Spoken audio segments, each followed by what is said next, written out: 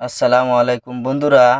আমরা 5 বছর থাকি অপেক্ষা করিয়া ইয়ার যেন 2026ও কংগ্রেসের টিকিটটা আব্দুস সবুর তাফাদার না হইলে অ্যাডভোকেট মমতাজ বেগম আর না হইলে রানু খান, এই তিনজনের মধ্যে যে কোনো একজনে ফাঁকুয়া। কিন্তু না, 2026ও কংগ্রেসের টিকিটটা পাইয়া গেছেন মকতদির চৌধুরীর ছেলে শামীম আহমেদ চৌধুরীয়ে। আর শামীম আহমেদ চৌধুরীরে কংগ্রেসের টিকিটটা দেওয়ায় বহুত মানুষের অমত শামীম আহমেদ চৌধুরীরে কেন এই টিকিটটা দেওয়া হইল, কিতার লাগি আব্দুল সবুর তাফাদার রে দেওয়া হইল না, কিতার লাগি রানু খান রে দেওয়া হইল না, বহুত মানুষে এইভাবে চর্চা কররা।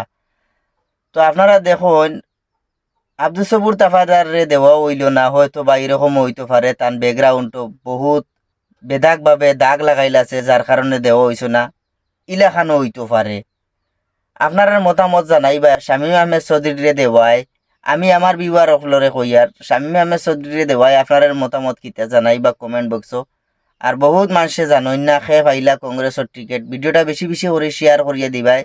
দক্ষিণ করিমগঞ্জ কংগ্রেসের টিকিট দেওয়া হইছে মুক্তাদির চৌধুরীর ছেলে শামীম আহমেদ চৌধুরীরে। আপনারা ভিডিওটা বেশি বেশি করে শেয়ার করিয়া দিবা। ধন্যবাদ।